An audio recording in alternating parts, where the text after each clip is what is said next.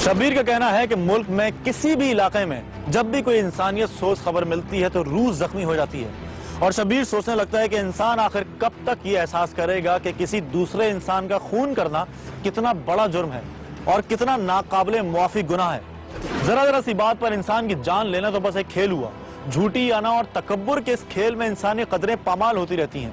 खून नाहक बहता रहता है, थोड़ी सी देर के लिए हाहाकार मच जाती है और फिर एक गहरी और एक तवील खामोशी, जैसे कुछ हुआ ही ना हो। गुजरावालों को ही ले लीजिए। शब्बीर ने वहां ऐसे वाकयात देखे हैं जिनमें इंसानी खून बहाया जाता रहा है, लेकिन ना जाने कानून के हाथ रुके हुए नजर आए। मजलूम फरियाद करते रहे और कातिल असर रसूख की वजह से अपने किए की सजा ना पा सके। लालच, इंतकाम और नाम नेहाद अना के इन वाकयात ने शब्बीर को झंझोड़ कर रख दिया था। क्या ऐसे में गुजरावाला में ही शब्बीर को एक और दुख भरे वाकये का इल्म हो गया। इस वाकये के दो मरकजी किरदारों के नाम कुर्बान अली और फातिमा बीबी थे। कुर्बान अली ने एक दरवाजे की बेल पर हाथ रखा तो फातिमा ने मुस्कुराते हुए दरवाजा खोल दिया। कुर्बान ने एक भरा हुआ थैला फातिमा बीबी के हवाले किया और फातिमा के साथ खड़ी हुई एक 2 साला प्यारी सी बच्ची को गोद में उठाकर प्यार करने लगा। सामने से फातिमा की माँ बरामद हुई। कुर्बान ने माँ को सलाम किया और बच्ची फातिमा की माँ के हवाले कर दी। अरे कुर्बान, ये थैली में क्या लेकर आया है? अरे कुछ नहीं अम्मा, वो थोड़े से फ्रूट हैं और बच्चे के लिए खिलौने। अच्छा, एक बात तो बता। जी पूछें। वो तूने बात की या नहीं? अरे अम्मा, आपको पता तो है इस बात का, वो कभी भी नहीं मानेगी। तो बेटा ऐसा कब तक चलेगा? अब देखो ना, तुम्हारा रोज का आना जाना है यहाँ, लोग देखते हैं, क्या सोचेंगे वो? आप खुद बताओ मैं क्या करूँ? अगर मुझे घर में सुकून होता तो मैं यहाँ आता। अच्छा 1 मिनट, मैं देख लूँ जरा फातिमा को कुछ चाहिए तो नहीं। फातिमा जी, कहाँ हो? किचन में हूँ, यहीं पर ही आ जाएं। कुर्बान मुस्कुराता हुआ उठकर फातिमा के पास पहुंच गया। कुर्बान की नजर हैंगर में इस्त्री-शुदा कपड़ों पर पड़ी तो वो हैरान रह गया। अरे तुमने तकलीफ क्यों की? धोबी से धुल जाते ना कपड़े। क्यों जी, मैं मर गई हूँ क्या? कभी कभी मैं सोचता हूँ तुम इतना देर से क्यों मिली मुझे। तुम पहले मिल जाती तो कम से कम उस दोज़ख में गिरने से बच जाता। ये बताएं, चाय पियेंगे आप?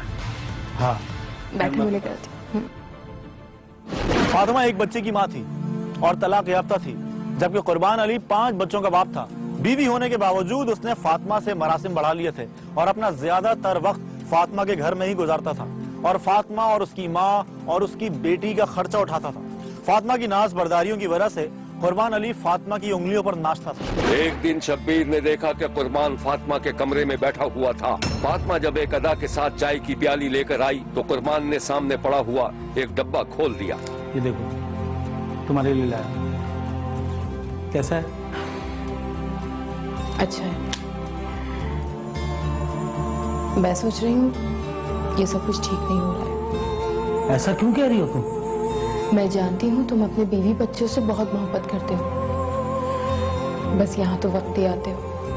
क्या उल्टी सीधी बातें सोचती रहती हो बैठे बैठे? सच बहुत कड़वा होता है कुर्बान अली। मैं जानती हूँ ये कुछ जो भी हो रहा है इसमें तुम्हारी और मेरी जरूरतें शामिल हैं। कैसी बातें कर रही हो तुम? कम से कम दिल तो मत तोड़ो मेरा। तुम यकीन करो मैं 1 मिनट भी नहीं रह सकता तुम्हारे बगैर। सब कहने की बातें हैं। तुम अपने बीवी बच्चों में वापस लौट जाओ, गुजार लूंगी मैं अपनी जिंदगी। अचानक क्या हो गया तुमको? कोई बात हुई है क्या? बात? बहुत बड़ी बात हुई है। मैंने तुम्हारे मोबाइल में वो SMS पढ़ लिया है जिसमें तुम अपनी बीवी को अपनी मोहब्बत का यकीन दिला रहे थे। अच्छा वो? अरे वो तो ऐसी। अरे तुम बात तो सुनो मेरी। बस कुर्बान, मुझे तुमसे कोई शिकायत नहीं है। तुमने आज तक मेरे लिए जो कुछ किया उसका मैं तहे दिल से शुक्रिया अदा करती हूँ। अब मैं तुमसे नहीं मिल सकती। फातिमा, अरे मेरी बात तो। अरे फातिमा नाराजगी का इजहार करते हुए अपनी जगह से उठी और तेजी से दूसरे कमरे में जाकर उसने दरवाजा बंद कर लिया। कुर्बान ने इधर उधर देखा। वो जोर जोर से दरवाजा पीटना चाहता था, लेकिन फातिमा की माँ घर में मौजूद थी। वो आहिस्ता आहिस्ता दस्तक देता रहा और जब फातिमा ने दरवाजा नहीं खोला तो कुर्बान ने उसे खुदकुशी की धमकी दे डाली। फातिमा ने खामोशी इख्तियार की और जब थोड़ी देर के बाद दरवाजा खोलकर बाहर आई तो ये देखकर हैरान रह गई कि कुर्बान के हाथ में छुरी थी और वो शदीद मायूसी के आलम में था। ये क्या कर रहे हो तुम? रखो छुरी। हटो यहाँ से। जब तुम्हें मेरी मोहब्बत का यकीन ही नहीं तो मुझे जिंदा रह के क्या करना है? ख्याली दुनिया से बाहर आओ। खुदा के लिए अपने घर वापस चले जाओ, छोड़ो इसे। ठीक है, बस मुझे माफ कर देना। कुर्बान ने अपनी टांग पर छुरी से जख्म लगाने का नाटक रचाया था, लेकिन उसकी एक रग कट गई थी। उस वक्त फातिमा ने दौड़कर उसे पकड़ लिया और अपनी माँ को आवाज देने लगी। फातिमा की माँ दौड़कर आई, तब तक कुर्बान बेसुध होकर गिर पड़ा था।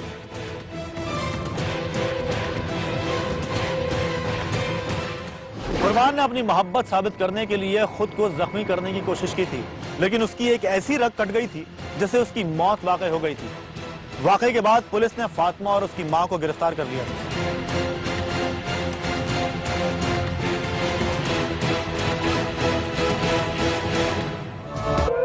शाहीनाबाद की रिहायशी 4 बच्चों की मां तलाक याफ्ता हो या कोर्ट शेरा में पेश आने वाला वाकया जिसमें जिला चकवाल का एक कारोबारी एतमाद और भरोसे के नाम पर अपने ही दोस्त के हाथों डस गया हो, इन सब वाकयात में इंसानी कदरें पामाल की जाती रही हैं, आहो बुका होती रही, मगर शब्बीर के सिवा कोई इनकी दादरसी करने वाला नजर ना आया। गुजरावाला के इलाके शाहीनाबाद की 33 साला नसरीन का कसूर सिर्फ ये था कि वो अपने बच्चों से टूटकर मोहब्बत करती थी। शब्बीर वो दिन शायद ही कभी भुला सके जब रात की तारीकी में नसरीन का शौहर कसाई बना हुआ था। नसरीन हाथ जोड़ जोड़कर और पांव पकड़ पकड़कर अपने शौहर से माफिया मांग रही थी, लेकिन कस्साब नुमा शौहर उसे आधी रात को घर से निकलने के लिए धक्के दे रहा था। नसरीन के शौहर ने अपनी बीवी का हाथ पकड़ा और उसे खींचता हुआ दरवाजे तक ले आया। नसरीन को एक झटके से दरवाजे से बाहर धक्का दिया और अंदर से कुंडी चढ़ा ली। नसरीन बेबसी के आलम में दरवाजा पीटती रही, लेकिन शायद ये दरवाजा नसरीन पर हमेशा के लिए बंद हो चुका था।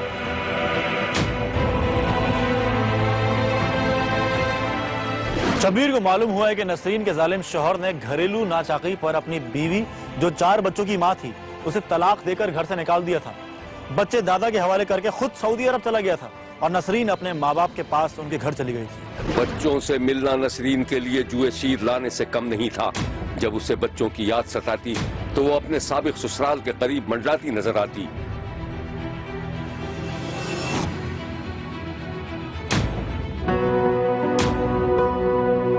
फिर एक दिन उसने हिम्मत करके अपने साबिक ससुराल का दरवाजा खटखटाया तो अंदर से सुसर बरामद हुआ और उसने बहाना बना दिया कि बच्चे घर पर मौजूद नहीं थे।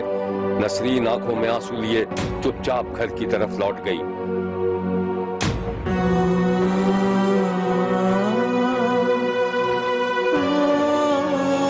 वो बोझल कदमों से चल रही थी और पलट पलट कर देखती जाती थी कि अचानक उसे ठोकर लगी और वो गिर पड़ी। नसरीन कपड़े झाड़ती हुई उठी और अपने घर की तरफ रवाना हो गई। नसरीन को याद आ रहा था जब वो अपने प्यारे प्यारे बच्चों का हाथ मुंह धुलाकर उन्हें नाश्ता दे रही थी। बच्चे शरारत कर रहे थे और वो भी बच्चों के साथ बच्चा बनी हुई थी, मगर अब वो बिल्कुल उजड़ी हुई औरत थी। घर जाकर वो अपने कमरे में बंद हो गई और देर तक रोती रही।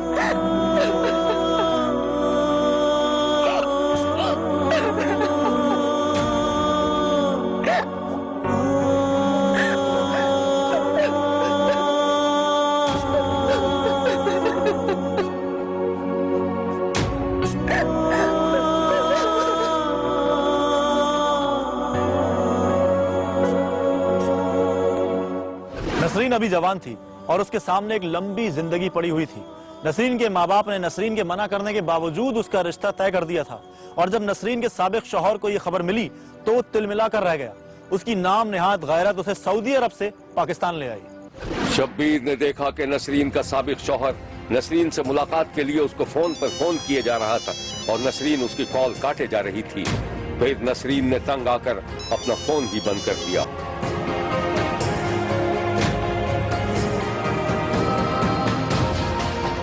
वो काफी देर तक परेशानी के आलम में रही। फिर उसने हिम्मत करके साबिक शौहर को कॉल मिला दी। नसरीन के शौहर ने अपनी साबिक बीवी की कॉल देखी तो उसने फौरन अपने भयानक चेहरे पर खुशगवार चेहरा सजा लिया। मेरा नाम अपनी जबान से भी मत निकालो। मेरा तुम्हारा कोई ताल्लुक नहीं है। मैं मर गई हूँ तुम्हारे लिए। यार मुझे अपनी गलती का एहसास हो गया, प्लीज यार मुझे माफ कर दो, मैं ही गलत था।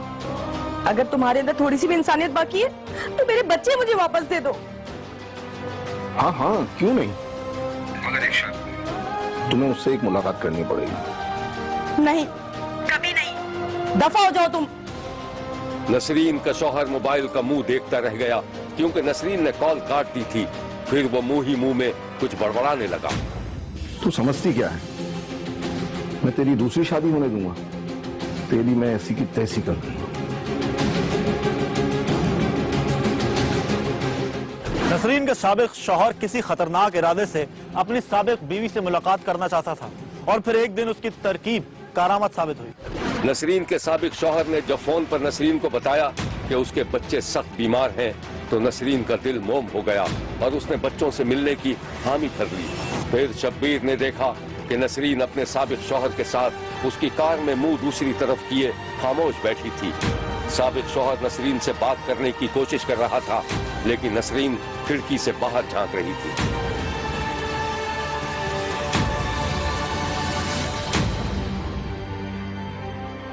रात गए देर तक जब नसरीन लौट कर नहीं आई तो नसरीन के घर वालों ने नसरीन के अगवा की रिपोर्ट दर्ज करवा दी। रिपोर्ट दर्ज होने के कुछ दिनों बाद पुलिस ने नसरीन के भाई को फोन करके बताया कि पुलिस को एक सरबुरीदा लाश मिली थी। नसरीन का भाई ये इत्तला सुनते ही मुर्दा खाने पहुंचा तो उसने अपनी बहन को उसके कपड़ों से पहचान लिया। बहन के कत्ल की तस्दीक के बाद नसरीन का भाई गश खाकर वहीं गिर गया।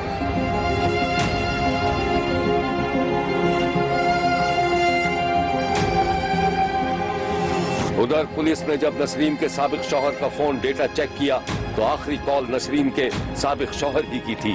पुलिस पार्टी ने वक्त जाया किए बगैर नसरीन के साबिक शौहर के घर पर छापा मारा तो नसरीन का साबिक ससुर दरवाजे पर आ गया जिसने बताया कि उसका बेटा घर पर मौजूद नहीं था। पुलिस नसरीन के साबिक ससुर को पकड़कर थाने ले आई। वो ये था कि नसरीन के साबिक शौहर ने अपनी साबिक बीवी को कत्ल करके उसकी गर्दन जुदा करके धड़ फेंक दिया था और वारदात के फौरी बाद सऊदी अरब फरार हो गया था।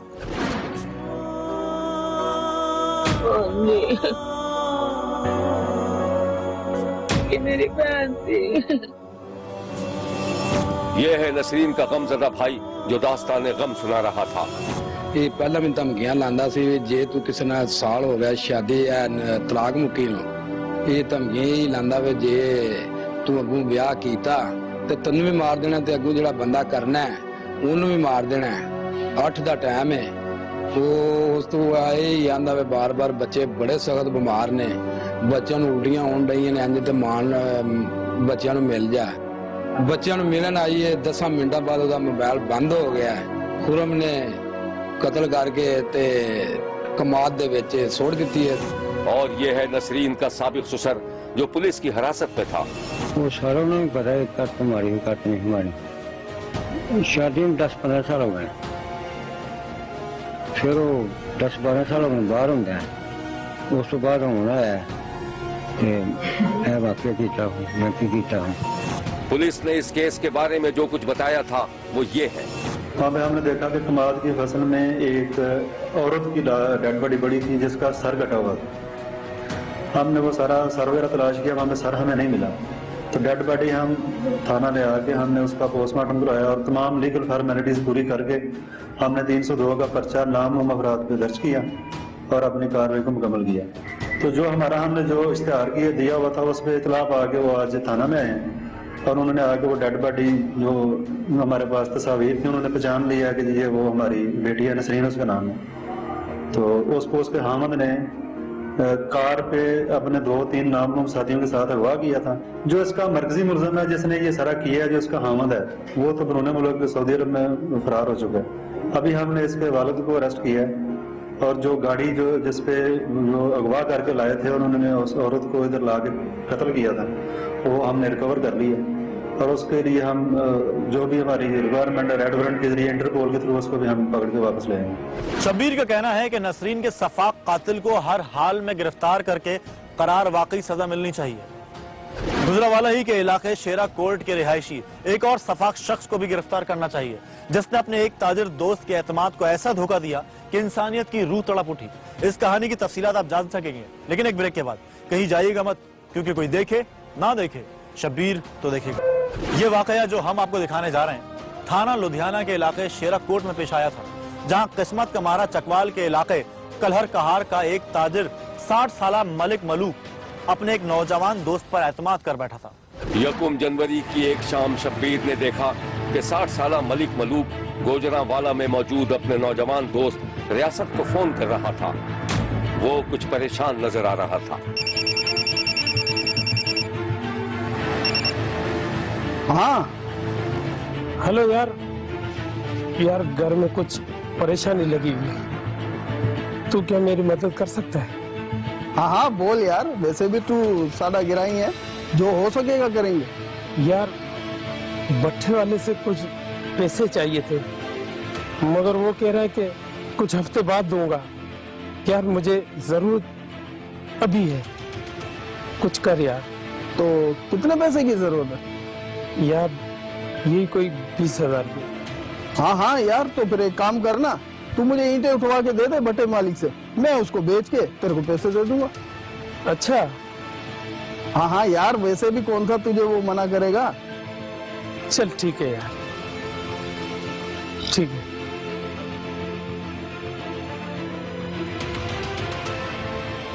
मलिक मलूक भट्टा मालिक को कोयला सप्लाई करता था और रियासत कच्ची ईंटें। कारोबारी मेल मुलाकात के दौरान दोनों एक दूसरे के दोस्त बन गए थे। मलिक मलूक जब भी चकवाल से गुजरावाला आता, रियासत के पास ही ठहरता था। शब्बीर ने देखा कि 60 साला मलिक कच्ची ईंटों से भरी गधा गाड़ी लेकर भट्टा से निकल रहा था। थोड़ी ही दूर उसे उसका दोस्त अशरफ नजर आ गया, तो मलिक ने गधा गाड़ी रुकवा ली। ले भाई रियासत, मैं ले आया ईंटें। हाँ ठीक है, अपन चलें, बैठक में बैठते हैं। अशरफ तू जा ये ईंटें बेच, और सुन पैसे गिन के लाइयो। आओ भैया लो, यार थोड़ा जल्दी करना। रियासत अपने बुजुर्ग दोस्त मलिक को मोटरसाइकिल पर बिठाकर ले गया और रियासत का दोस्त अशरफ गधा गाड़ी लेकर चलता बना। रियासत अपने दोस्त को एक घर में ले गया, जहां थोड़ी देर में अशरफ भी पहुंच गया था।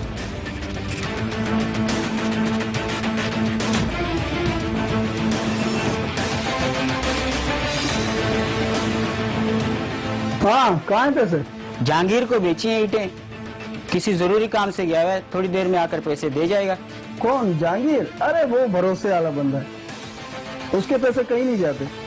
अच्छा यार एक काम तो कर, वो मेरा दोस्त आया है, कुछ खाने पीने के लिए तो कुछ लिया। क्या लेकर आऊं? क्या लाएगा यार? अच्छा चल तू छोड़ यार, मैं खुद जा रहा हूँ। तू एक काम कर, तू 2 मिनट बैठ, मैं तेरे लिए कुछ खाने पीने का अभी 2 मिनट में लेके आता हूँ। यार थोड़ा जल्दी आना, मुझे वापस चकवाल भी जाना है। हाँ बस अभी क्या हो रहा है, आ जा।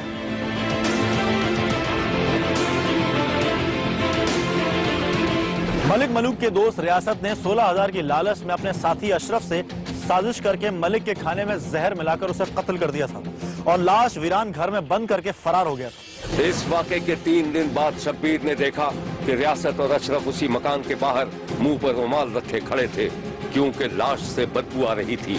फिर वो दोनों अंदर गए और लाश को एक बोरी में बंद कर दिया।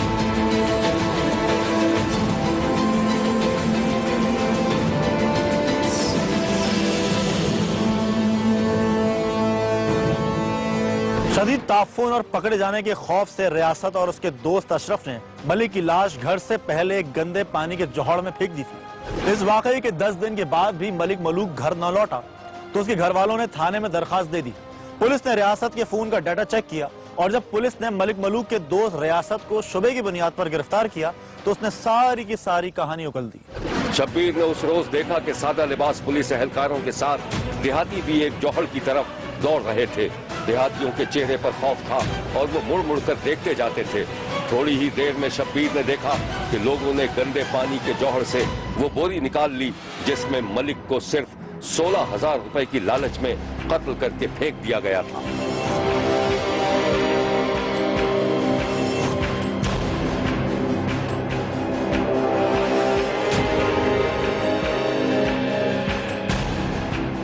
शब्बीर जब मुल्जिमों के सफाक चेहरे देखने थाने पहुंचा, तो उसे लगा जैसे इंसानों के बीच में दरिंदे मौजूद हों, और ये हैं वो सफाक चेहरे। ਇਹ ਆਂਦੇ ਹਨ ਕਿ ਸਾਨੂੰ ਨਾ ਕੱਟਾ ਲੈ ਕੇ ਦੋ, ਜੁਮੇਰਾਤ ਦਾ ਦਿਨ ਸੀ। ਭਾਈ ਮਲੂਕ ਤੇ ਮੈਂ ਹੀ ਦੋਵੇਂ ਜਣੇ ਉਸ ਦੁਕਾਨ ਦੇ ਵਿੱਚ ਬੈਠੇ ਆ। ਮੈਂ ਮਲਕ ਮਲੂਕ ਨੂੰ ਸਵਾ ਕੇ ਗਿਆ ਜੀ, ਸਵੇਰ ਆਇਆ ਉਹ ਕਤਲ ਹੋਇਆ। ਮੈਂ ਨਾ ਹੀ ਦੁਕਾਨ ਤੇ ਗਿਆ, ਇਹਨਾਂ ਕਿਹਾ ਜੀ ਅਸਾਂ ਤੈਨੂੰ ਹੀ ਮਾਰ ਦੇਣਾ। ਮੈਂ ਭਾਜੀ ਮਾੜਾ ਬੰਦਾ, ਗਰੀਬ ਬੰਦਾ, ਮੇਰਾ ਜਾ ਕੇ ਪਤਾ ਕਰ ਲਓ। ਠੀਕ ਹੈ ਜੀ, ਮੇਰੇ ਨਿੱਕੇ ਨਿੱਕੇ ਬੱਚੇ ਨੇ, ਮੈਂ ਇਹਨਾਂ ਦਾ ਸਾਨੀ ਨਹੀਂ ਹੈ। ਠੀਕ ਹੈ ਜੀ, ਮੈਂ ਚੁੱਪ ਕਰ ਗਿਆ। 3 ਦਿਨ ਭਾਈ ਜੀ ਉੱਥੇ ਲਾਸ਼ ਦੁਕਾਨੇ ਪਈ ਰਹੀ। ठीक है, तीसरे दिन अगो बाद मैं चुकी है। ठीक है, ये विकास ने ते अशरफ ने दोवां जने बंदा मारिया पैसे की लालच च हो रहे, ਉਹਦੇ ਕੋਲ किन्ने को पैसे ने। गलती मेरी है, जेड़ा इन्होंने मैं कह बैठा कि कोले का कारोबार करता, क्योंकि जेड़ी मेरी गलती है ना वो मैनू तस्लीम करनी पैनी है। तीसरे दिन इसने फ़ोन किया, इसने मुझे बताया कि ऐसे ऐसे उनके घर से आए हैं और वो मुझे फ़ोन कर रहे हैं कि बुजुर्ग नहीं हमारे पहुँचे। मैंने बोला इसमें परेशानी वाली कौन सी बात है, आपके पास हैं, आप बता दें उनको कहाँ है। बोलता है कि मैंने अवान चौक से उनको बिठा दिया, अभी तक वो पहुंचे नहीं है। मैंने इसको बोला कि इसको फ़ोन करो या जहां उसकी सलाम दुआ है उनसे पूछो। पुलिस ने इस अलमनाक वाक़े के बारे में जो कुछ बताया था वो ये है। साथ ही एक जोड़ जगह थोड़ी सी उधर उसकी बोरी में लाश डालकर उधर पानी में फेंक दी और ऊपर उसके टोड़े में डालकर ईंटें ऊपर रख दी ताकि लाश जो है ना ऊपर ना आए। फिर हमने मोबाइल डाटा वगैरह भी निकलवाया, वो इनके साथ ही लिंक करता था, तो इनका वो आपस में रबता था। उस वजह से भी हमने जो है ना, और दूसरी शहादतें भी मिली उसी के बताए, उसी के साथ गए ये रियासत के साथ। तो फिर इकट्ठे आके इन्होंने प्लान बनाई और इधर इनको पैसे के लालच में आकर कत्ल कर गए। सिंध के इलाके कनरी में शब्बीर ने एक ऐसे नौजवान को देखा है जो एक लड़की के इश्क में गिरफ्तार हो गया था। शब्बीर ने देखा कि कुंदरी के साले नामी नौजवान को फोन कान से लगाने के अलावा कोई काम ही नहीं था। घर में हो तो फोन कानों से लगा हुआ है, घर से बाहर कहीं खेत खलियान या बाजार में हो तो फोन मसरूफ, रास्ते में कोई उससे बात करना चाहे तो वो सिर्फ इशारों में माजरत कर लेता। शब्बीर ने ये मंजर भी देखा कि साले खेत में एक मखसूस घने दरख्त के नीचे बैठा घंटों किसी से बातें किया करता था।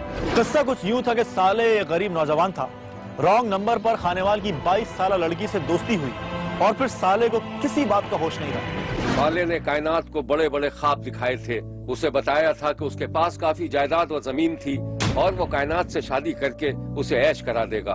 वो फोन पर बात करता तो ख्यालों में कायनात उसके सामने आ जाती। अरे तुम फिक्र क्यों कर रही हो, बहुत कुछ है मेरे पास तुम्हें देने के लिए।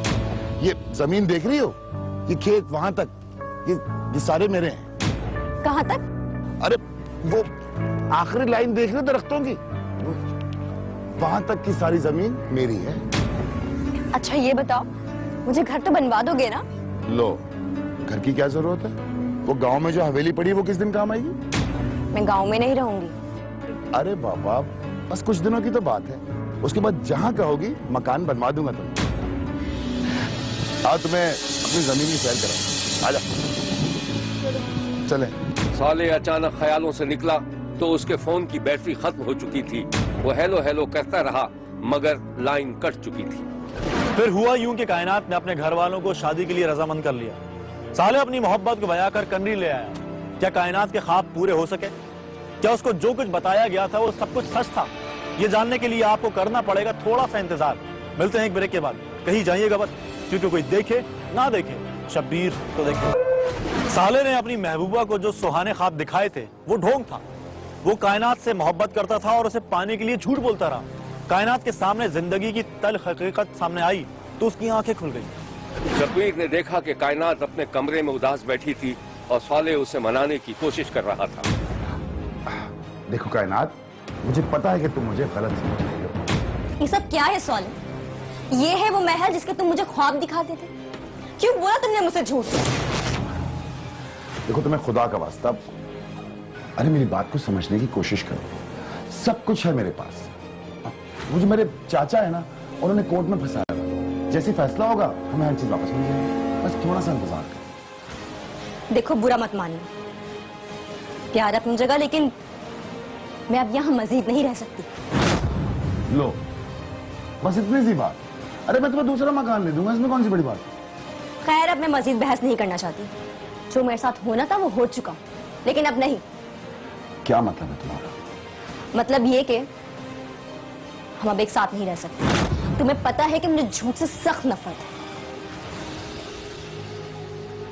कायनात अपने शौहर के झूठ को साफ करने दोबारा वापस आ गई, लेकिन शौहर की पहली शादी की खबर ने उस पर तो जैसे बिजली गिरा दी थी।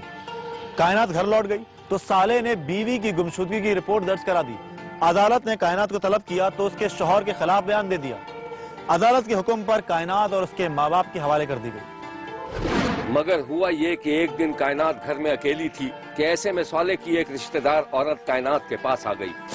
उस बुजुर्ग औरत ने कायनात की बलाएं ली और फिर उसके पास बैठकर खुसर खुसर करने लगी। जीती रहो, खुश रहो। बेटा ये बताओ तुम वापस क्यों आ गई? क्या करती है अम्मा जी? सही कह रही हो बेटा, औरत की किस्मत में कोई खुशी नहीं होती। बस अम्मा जी मैंने भी माफ कर दिया और सोच लिया है कि जैसे भी इस रूखी सूखी मिलेगी मैं खाकर गुजारा करूँगी। बहुत अच्छी हो तुम अपनी सौकन को बर्दाश्त कर रही हो। सौकन? क्या कह रही हैं अम्मा जी? क्यों साले ने तुझे बताया नहीं? क्या? अरे उसने अपनी पहली बीवी को भी धोखे से पटाया था। पहली बीवी? कायनात अपने शौहर को छोड़कर एक दिन चुपके से खानेवाल अपने घर चली गई, लेकिन साले उसे किसी ना किसी तरह मनाकर ले आया। कायनात वापस तो आ गई, लेकिन उसने हालात से समझौता कर लिया था। मगर उस रोज शब्बीर ने देखा कि साले बिल्कुल गुमसुम था। उसने अपने कमरे की खिड़कियां दरवाजे बंद कर रखे थे। उसकी निगाहों में बार बार कायनात का चेहरा घूम रहा था। कायनात उससे लड़ रही थी, उसको झूठा और मक्कार कह रही थी। फिर शब्बीर ने देखा कि साले एक अलमारी की तरफ बढ़ा। उसने पिस्तौल निकाला और खामोशी से सर झुकाकर बैठ गया। शब्बीर को ऐसा लगा जैसे वो कायनात को गोली मार देगा, लेकिन अचानक बिजली चले जाने से कमरे में गुप अंधेरा छा गया और फिर दूसरे ही लम्हे एक गोली चलने की आवाज सुनाई दी। साले ने मोहब्बत में नाकामी पर अपने आप को गोली मारकर खत्म कर लिया था। मोहब्बत की इस अलमनाक दास्तान को देखकर शब्बीर का कहना है कि मोहब्बत में खुलूस शामिल ना हो तो रिश्ते कागजी रिश्ते साबित होते हैं, शीशे की तरह चटक जाते हैं और टूट जाते हैं। देखते रहिए, क्योंकि कोई देखे न देखे शब्बीर तो देखेगा। पेश आने वाले अंदोनाक वाकये ने शब्बीर को चकरा कर रख दिया था और सोच रहा था कि क्या चारों तरफ दुख ही दुख हैं। मगर ऐसे में शब्बीर को चिनियोट में एक ऐसा अनोखा वाकया देखने को मिला जिसके देखने के बाद शब्बीर गहरे गम से निकलकर कुछ देर के लिए सोचने पर मजबूर हो गया। घर के बारे में अब तक की यही तहकीक है कि घर की एक छत होती है, दीवारें होती हैं, लेकिन चिनियोट में एक ऐसा घर भी है जिसकी ना तो छत है और ना ही दीवारें। अभी देखिए। दरिया के किनारे लगी इस बड़ी सी कश्ती में जो लोग सवार हो रहे हैं वो मुसाफिर नहीं है, बल्कि यूं कहा जा सकता है कि ये सब एक ही कश्ती के सवार हैं। ये कश्ती दरिया के इसी किनारे या ज्यादा से ज्यादा दरिया के बीच में चक्कर लगाकर इसी किनारे पर वापस आ जाती है, क्योंकि इस कश्ती और इसके सवारों को दरिया पार करने का कोई शौक नहीं। ये किश्ती मिल्कियत है मोहम्मद अफजल नामी एक मजदूर की, और ये मजदूर अपने अहवाल में मस्त रहता है। ये है मोहम्मद अफजल, जिसके चेहरे पर इत्मीनान नजर आता है और जिसे हालात और मौसम की सख्तियां भी उदास नहीं कर पाती। शब्बीर ने जब मोहम्मद अफजल, उसकी कश्ती और उसके सवारों को देखा तो शब्बीर को लगा जैसे बहुत सारे लोग पिकनिक पर निकले हुए हों। शब्बीर ने औरतों को इस कश्ती में खाना पकाते देखा। कुछ लड़कियां घास फूस और लकड़ियों से टोकरियां बुनती नजर आईं। ये सब कुछ अजीब और अनोखा सा लगा। अफजल का इन लोगों से क्या ताल्लुक था? क्या किसी खानदान ने अफजल की कश्ती किराए पर ली थी ताकि वो पिकनिक बना सके, या कोई और बात थी? आप भी देखिए। जी नहीं, ना तो कश्ती किराए पर हासिल की गई थी और ना ही ये लोग पिकनिक मनाने निकले हुए थे। ये बहुत सारे लोग खाना बदोश भी नहीं थे कि अपना ठिकाना बदलते रहें, बल्कि ये कश्ती और कश्ती का किनारा इन लोगों का मुस्तकिल ठिकाना था। शब्बीर ने सोचा कि शायद मोहम्मद अफजल ने खुदा तरसी के लिए इतने सारे लोगों को कश्ती में पनाह दी हुई है, लेकिन शब्बीर का ये ख्याल भी गलत निकला। ये लोग जिन्हें आप कश्ती और कश्ती के बाहर देख रहे हैं, एक दो रोज से नहीं बल्कि लंबी मुद्दत से इस तरह की जिंदगी गुजार रहे हैं। दिन की रोशनी में टोकरियां बनाकर अपना रोजगार पैदा करते हैं और जब दिन ढल जाता है तो मोहम्मद अफजल की कश्ती में जाकर सो जाते हैं। इतने सारे लोग एक कश्ती के सवार हैं, लेकिन कश्ती का मालिक कई कश्तियों का सवार है। मोहम्मद अफजल ने 40 बरस पहले फैसला किया था कि जब उसमें घर बनाने की सकत नहीं तो क्यों ना एक छोटी सी कश्ती बनाकर जिंदगी गुजार दी जाए। फिर मोहम्मद अफजल की शादी हुई, उसके बच्चे हुए और वो सब यहीं पलने लगे। शब्बीर को ये जानकर इंतहाई हैरत हुई कि मोहम्मद अफजल जैसे आजाद, मनिश और गम से बेनियाज शख्स ने एक नहीं, दो नहीं, तीन नहीं बल्कि 4 शादियां की थी। चारों बीवी हयात हैं और अपने शौहर के साथ इस बड़ी सी कश्ती में मजे की जिंदगी गुजार रही हैं। अफजल की 4 बीवियों से उसके 25 बच्चे हैं। सब के सब मेहनत कश हैं, माँ बाप के अताअत गुजार हैं। पूरा दिन अफजल की बीवियां और बच्चे गर्मी हो या सर्दी, कश्ती में या कश्ती से बाहर टोकरियां बुनते रहते हैं।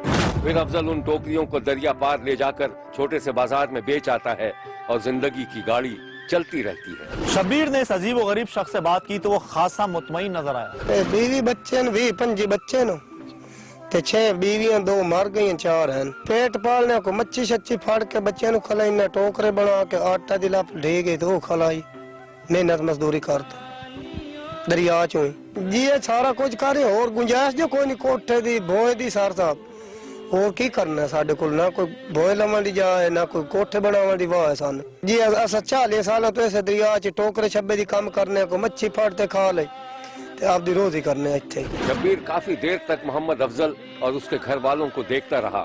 शब्बीर को वो सब के सब अपनी जिंदगी से मुतमईन नजर आए, अपनी छोटी सी दुनिया में खुश, ना कोई तमा न लालच न किसी से दुश्मनी, बस अपने दस्तों बाजू पर भरोसा और खुदा का शुक्र। 40 साल से शहर की आसाइशों से दूर दरिया में लकड़ी की कश्ती में रहने वाला मोहम्मद अफजल अपने बच्चों के साथ खुशो-खुर्रम जिंदगी बसर कर रहा है। Shahid Mahmood, express news, Chiniot. शब्बीर का कहना है कि वो देख रहा है और मुसलसल देखता रहेगा। मुल्क भर से मजीद कहानियों और उनकी तफसीलात के साथ फिर मुलाकात होगी, देखना ना भूलिएगा, क्योंकि कोई देखे ना देखे शब्बीर तो